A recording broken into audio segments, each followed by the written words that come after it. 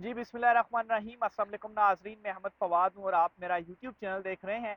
अहम खबरों, तज्ज़िये और तबसरे के साथ आज की व्लॉग में आपकी खिदमत में हाजिर हुआ हूँ। नाज़रीन, तीन बड़ी धमाका खेज खबरें हैं अदालतों से जो मैंने आपके साथ शेयर करनी है। नंबर वन तो ये कि chief election commissioner Sikandar Sultan Raja के खिलाफ तौहीन अदालत की कार्रवाई का आगाज पिशावर हाई कोर्ट से एक बड़ी खबर है, वो आपके साथ शेयर करूंगा। दूसरे नंबर पर नाज़रीन, सुप्रीम कोर्ट ऑफ पाकिस्तान में बल्ले के निशान को वापस देने का जो फैसला था पिशावर हाई कोर्ट के दो रुकनी बेंच का, वो इलेक्शन कमीशन ने चैलेंज किया था सुप्रीम कोर्ट में, लेकिन सुप्रीम कोर्ट से भी अब इस दरखास्त पर इलेक्शन कमीशन की अपील पर एतराज आयद करते हुए ये अपील इन्हें वापस कर दी है। इस हवाले से डिटेल्स बताऊंगा। चीफ जस्टिस कादी फायज ईसा जो हैं, उनकी जानिब से एक अहम नोटिस जारी किया गया है और बड़ा बुर्ज आप कहें वो उल्टा दिया है आज चीफ जस्टिस कादी फायज ईसा ने, और हैरान कुन ये नोटिस जारी किया गया है। जस्टिस इजाजुल एहसन ये भी डट गए हैं। तहलका खेज कुछ इंकशाफात और खबरें हैं सुप्रीम कोर्ट ऑफ पाकिस्तान से भी, चूंकि ये जजिस के दरमियान जो दो ग्रुप्स थे बज़ाहिर, और जो एक लड़ाई थी दो ग्रुप्स में, वो मजीद खुलकर अब सामने आ गई है। जजिस के दरमियान क्या चल रहा है, क्या मामला चल रहे हैं, इस पर भी कुछ अहम तफसीलात आज की व्लॉग में आपके सामने रखूंगा।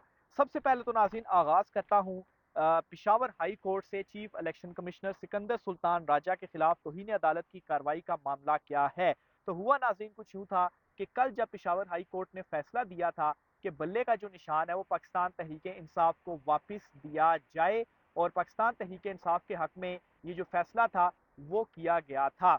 तो इस पर क्या हुआ कि इलेक्शन कमीशन ऑफ पाकिस्तान इस फैसले का पाबंद था, बाउंड था, उसने अमल करना था इस फैसले के ऊपर, और पाकिस्तान तहरीक इंसाफ को बल्ले का जो निशान है वो अलॉट करना था। लेकिन कल से फैसला आने के बाद और अभी तक, यानी कि शाम के इस वक्त मैं सुप्रीम कोर्ट ऑफ पाकिस्तान में मौजूद हूँ, इवन के अपील भी अभी तक आप कहें कि एतराज लग के वापस हो चुकी है, अभी तक बल्ले का निशान अलॉट नहीं किया। और आज 11 तारीख है और परसों फाइनल डेट है कि फहरिस्त और इंतखाबी निशान ये सारा इलेक्शन कमीशन ने करना है 13 तारीख।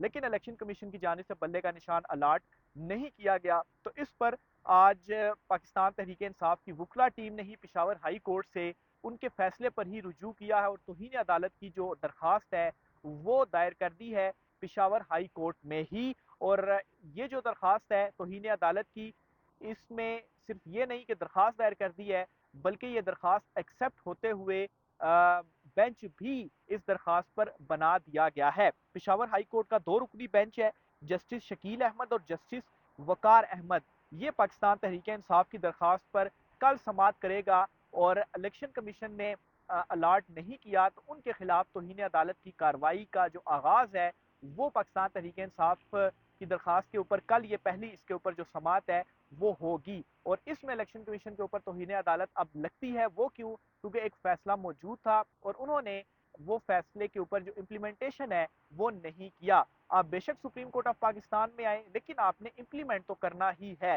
सुप्रीम कोर्ट ऑफ पाकिस्तान अगर रिजेक्ट कर दे या अगर आपकी अपील एक्सेप्ट कर ले इलेक्शन कमीशन की, तो उस सूरत में आप बेशक ये स्टेप ले सकते थे कि आप अलॉट ना करते, लेकिन अभी वो फैसला मौजूद है, कहीं पर अभी तक चैलेंज भी नहीं हुआ, तो इसका मतलब यह है कि आप बाउंड थे पिशावर हाई कोर्ट के इस फैसले के ऊपर इम्प्लीमेंट करने के। और वेबसाइट पर भी जारी करती है इलेक्शन कमीशन ऑफ पाकिस्तान, लेकिन इलेक्शन कमीशन ऑफ पाकिस्तान की जानिब से ऐसा नहीं किया गया, और पिशावर हाई कोर्ट ने इस पर जो बेंच है वो भी तश्कील दे दिया है। तो ये बड़ी खबर और बड़ी ब्रेकिंग न्यूज़ थी, और इस मरतबा चांसेस बहुत कम है कि अगर पिशावर हाई कोर्ट में कार्रवाई का आगाज हो जाता है chief election commissioner Sikandar Sultan Raja के खिलाफ तौहीन अदालत का, तो फिर अब उनके पास ये नहीं होगा कि जिस तरह से पहले बर वक्त इंतखाबात केपी और पंजाब में आपने नहीं करवाए थे और उसमें तारीख का इशू बना दिया गया था कि तारीख कौन देगा, और बजट का और सिक्योरिटी का इशू बना दिया गया था, तो वो बहाने थे जिसकी वजह से आप कहें कि शायद उनकी बचत हो गई या सुप्रीम कोर्ट ने अपने फैसले पर तौहीन अदालत की कार्रवाई नहीं की। लेकिन पिशावर हाई कोर्ट में इसलिए तौहीन अदालत की कार्रवाई होगी कि आज भी जो एमल वली हैं उनके खिलाफ जो तौहीन अदालत की कार्रवाई का आगाज हुआ है, नोटिस हुआ है, पिशावर हाई कोर्ट के जो चीफ जस्टिस हैं उन्होंने किया है, और ये एक मैसेज भी था कि अदालतों के हवाले से जो एक overall Islamabad high court chief justice Aamir Farooq साहब या चीफ जस्टिस काजी फायद ईसा साहब के हवाले से जो एक परसेप्शन है, तो पिशावर हाई कोर्ट के हवाले से ये परसेप्शन बनी हुई है। जिस तरह से पिशावर हाई कोर्ट के चीफ जस्टिस ने जरताज गुल साहिबा का जो केस था वो लड़ा था, उसका जो फैसला दिया था, तो वहां से ये ना कोई समझा जाए कि कोई जो बचत है वो होगी, कानून और आइन जो है वो अपना रास्ता लेगा। तो बड़ी ये अहम खबर थी पिशावर हाई कोर्ट से। दूसरे नंबर पर नाजरीन, सुप्रीम कोर्ट ऑफ पाकिस्तान से बड़ी खबर ये है कि इलेक्शन कमीशन ऑफ पाकिस्तान ने इसी पिशावर हाई कोर्ट का फैसला सुप्रीम कोर्ट में चैलेंज किया था। और यहाँ पर यह हुआ है जी कि इलेक्शन कमीशन ऑफ पाकिस्तान की दरखास्त के ऊपर जो एतराज़ है वो आयद करके इस एतराज़ को अपील को वापस कर दिया गया है। एतराज़ क्या आयद किया गया है? जो पेपर्स इलेक्शन कमीशन की जानिब से जमा करवाए गए थे या दस्तावेजात जो जमा करवाई गई थी, ये दस्तावेजात जो थी वो नामुकम्मल थी।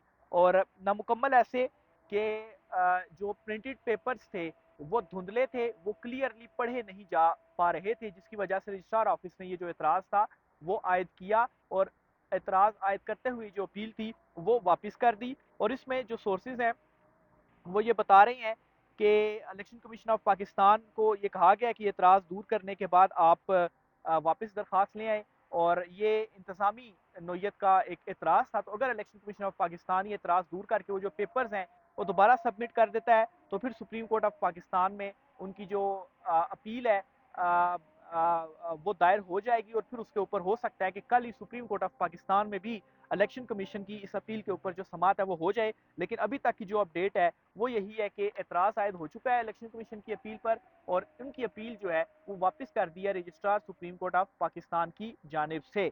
बड़ी खबर जो सुप्रीम कोर्ट ऑफ पाकिस्तान से है वो ये है कि जस्टिस मुजाहिर अकबर नकवी का जो इस्तीफा आया है, इस इस्तीफे के बाद ये ख्याल किया जा रहा था कि अब जो कार्रवाई है सुप्रीम जुडिशल काउंसिल की वो रुक जाएगी, और जस्टिस मुजाहिर अकबर नकवी के खिलाफ सुप्रीम जुडिशल काउंसिल कार्रवाई नहीं कर पाएगा।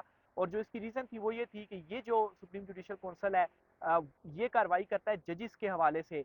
तो जस्टिस मुजाहिर नकवी अब चूंकि रिटायर हो चुके हैं, उन्होंने इस्तीफा दे दिया, वो जज नहीं रहे, तो उनके अगेंस्ट कार्रवाई नहीं हो सकेगी। तो आज सबसे पहले तो मैं आपको कमरा अदालत का माहौल, थोड़ा सा मेरी जो ऑब्जर्वेशन है वो बताऊं कि ये जो इस्तीफा दिया और इस इस्तीफे के बाद भी जो कार्रवाई है वो जारी रही है।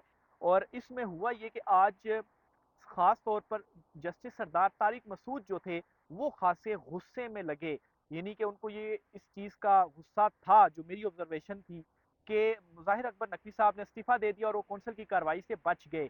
तो उनके खिलाफ जिस तरह की चीज़ें आ रही थी कौंसल इजलास से, यही लग रहा था कि कार्रवाई होगी और उनको हटा दिया जाएगा ओहदे से, लेकिन उससे पहले ही वो खुद रिजाइन दे गए। और चूंकि वो मुखालिफ ग्रुप उनको तस्वुर किया जाता है, मुखालिफ ग्रुप काजी फायज ईसा के, तो जाहिर सी बात है एक ग्रुप इस तरफ है दूसरा ग्रुप उस तरफ है। तो जस्टिस सरदार तारिक मसूद के हवाले से ख्याल है कि वो जस्टिस काजी फायज ईसा ग्रुप से हैं, तो वो आज काफ़ी ज़्यादा गुस्से में भी नजर आए कि ये जो इस्तीफा आया और इस्तीफे के बाद कोई भी उनकी तरफ से पेश नहीं हुआ आज कौंसल की कार्रवाई में। ख्वाजा हारिस उनके जो वकील हैं वो भी नहीं आए, और जस्टिस मुजाहिर नकवी, जाहिर सी बात है रिटायर्ड मुजाहिर नकवी, वो भी नहीं आए। फिर इसी तरीके से आज हुआ ये है, बड़ा हैरान कुन एक नोटिस मैं इसको कहूँगा जो कि जारी किया गया है चीफ जस्टिस और इस कौंसल इजलास में, वो ये है कि इस्तीफे के बाद भी कौंसल ने कार्रवाई जारी रखने का जो फैसला है वो किया है। और ये कुछ रिमार्क्स चीफ जस्टिस की जानिब से सामने आए हैं कि सोशल मीडिया और मीडिया पर जितना ये मामला जेर बहस आ चुका है, अब नज़रअंदाज नहीं कर सकते। हम पर अगर एतराज़ात लगते हैं तो नतीजा भी आवाम के सामने आना चाहिए, हम खराब थे या नहीं थे। अच्छा, यहाँ पर मैं आपको बताऊं, चीफ जस्टिस काजी फायज ईसा साहब एक केस में ये रिमार्क्स देते हैं कि वो तो मीडिया को देखते ही नहीं है, लेकिन दूसरी तरफ वो ये कह रहे हैं रिमार्क्स में कि सोशल मीडिया और मीडिया पर ये मामला इतना ज्यादा बहस में आ चुका है कि इसको नजरअंदाज नहीं कर सकते। यानी कि खाली इस बुनियाद के ऊपर कि सोशल मीडिया और मीडिया पर बहस इसके ऊपर की जा रही है, इसलिए नजरअंदाज नहीं हो सकता और कार्रवाई आगे चलेगी। हालांकि कानूनी माहरीन का ये कहना, और वैसे भी ये प्रैक्टिस है कि इस्तीफा आ गया तो जाहिर सी बात है वो अब जज नहीं रहे, तो उनके खिलाफ जो कार्रवाई है यहाँ पर वो नहीं चल सकती। लेकिन खैर काजी फायद ईसा चीफ जस्टिस साहब की जानिब से कार्रवाई आगे जो है वो बढ़ाई गई, और उन्होंने ये कहा है जी कि कार्रवाई आगे बढ़ेगी। और फिर जिस तरह से जस्टिस सरदार तारिक मसूद साहब आज गुस्से में से थे, एटलीस्ट जो मैंने उनकी अदालतों को कवर किया है तो इतना गुस्से में मैंने उनको कभी नहीं देखा कि इस मामले के ऊपर वो आज उनकी जो इस कोर्ट के अंदर वो गुस्से में थे। और फिर चीफ जस्टिस काजी फायज ईसा ने उनके ये जो रिमार्क सामने आए हैं। अच्छा, जो कार्रवाई है उसका मजीद अहवाल भी मैं आपके सामने रख देता हूँ कि क्या क्या बुनियादी तौर पर हुआ और क्या जो रिमार्क्स हैं वो दिए गए। एक तो ये जी कहा गया जी कि आपने इस्तीफा तो दे दिया है, लेकिन उनको आगाही का एक नोटिस जारी हुआ है कि उनको आगाह कर दिया जाए कि कार्रवाई आगे चल रही है, वो कल आकर अपना मौकिफ बयान कर सकते हैं। कल 11:30 बजे तक इजलास मुलतवी हुआ है, और अगर वो कल नहीं आते तो चीफ साहब ने ये भी कह दिया है कि अगर वो नेट से खुद ही कहा है कि रिमार्क्स में कि नेट से अगर वो कल नहीं आते तो फिर क्या होगी, कार्रवाई ऐसी मुलतवी हो जाएगी। नहीं, फिर ये होगा कि जो शिकायत कुनिंदगान है या जो गवाहान वगैरह हैं, वो अपना बयान या शिकायत दरखास्त गुजार जो है उनको हम फिर सुनेंगे, यानी कि कल की कार्रवाई चलेगी। तो यहाँ तक जो एडवांस या प्रोएक्टिव आप कह लें चीफ जस्टिस काजी फायद ईसा साहब इस मामले में हैं, और इतने ज्यादा प्रोएक्टिव हैं कि सोशल मीडिया और मीडिया पर क्या चल रहा है वो भी उनको मालूम है, लेकिन वैसे वो मीडिया और सोशल मीडिया नहीं देखते, और इसी वजह से वो इस कार्रवाई को आगे बढ़ा रहे हैं। जो रिमार्क्स आपके मैं आपके सामने रखने जा रहा हूँ। अच्छा, इससे पहले एक और खबर आपको देता चलूँ कि इस इजलास में जस्टिस इजाजुल एहसन साहब नहीं थे, और उनकी जगह पर जस्टिस मंसूर अली शाह साहब को शामिल किया गया, यानी कि वो मेंबर है और बतौर मेंबर वो इसमें मौजूद होते हैं, और आज वो शामिल नहीं थे, और उनका जो लेटर है वो भी परसों उनका सामने आ चुका है कि वो इस कार्रवाई के ही अगेंस्ट हैं। इस वजह से जस्टिस मंसूर अली शाह को इसमें शामिल किया गया। तो यहाँ से जो एक डिवीजन है जजिस के दरमियान जो तस्वुर की जाती है वो मजीद खुलकर सामने आ गई कि देखें जस्टिस जाजुल हसन तो बाइकआउट ही एक किस्म का कर गए हैं कि नहीं ये नहीं होनी चाहिए, और इससे ये भी एक तासुर मिल रहा है कि वाकई चीफ जस्टिस काजी फायदा साहब या उनका जो ग्रुप है वो दूसरे ग्रुप या मुखालिफ ग्रुप के एक जज के खिलाफ जो कार्रवाई है वो आगे चला रहे हैं, और इस हद तक आगे चला रहे हैं कि इस्तीफे के बाद भी वो कह रहे हैं कि नहीं जी जो कार्रवाई है वो तो आगे चलेगी। तो जस्टिस जाजुल एहसन साहब का जो आज ना बैठना है वो भी इस कार्रवाई के ऊपर बड़े सवालात उठा गया है। फिर इसी तरीके से जो कुछ रिमार्क्स आए हैं मैं आपके सामने रखता हूँ। चीफ जस्टिस काजी फाइसा साहब कहते हैं कि हम यहाँ अपनी खिदमत के लिए नहीं बैठे, हम यहाँ अपनी आइनी जिम्मेदारियां अदा करने के लिए बैठे हैं। सुप्रीम कोर्ट सब इदारे अवाम को जवाबदाह हैं, अगर ये चीज़ सब सीख लें तो सारे मसले हल हो जाएंगे। सोशल मीडिया और मीडिया पर शोर था कि क्या हम इतने बुरे हैं, सुप्रीम कोर्ट की साख भी तो खतरे में पड़ी है। जज ने इस्तीफे में लिखा कि पब्लिक में मामलात की वजह से काम जारी नहीं रख सकता। इस्तीफे से तासुर ये मिलता है जैसे जज को इंसाफ की तवक्को नहीं थी या यहाँ कोई ड्रैकोनियन सिस्टम चल रहा है। खुद ही उन्होंने कह दी कि तासुर ये मिलता है कि ड्रैकोनियन सिस्टम कोई चल रहा है। इस मामले को देखना होगा, मामले को हवा में नहीं छोड़ सकते कि जज ने इस्तीफा दे दिया।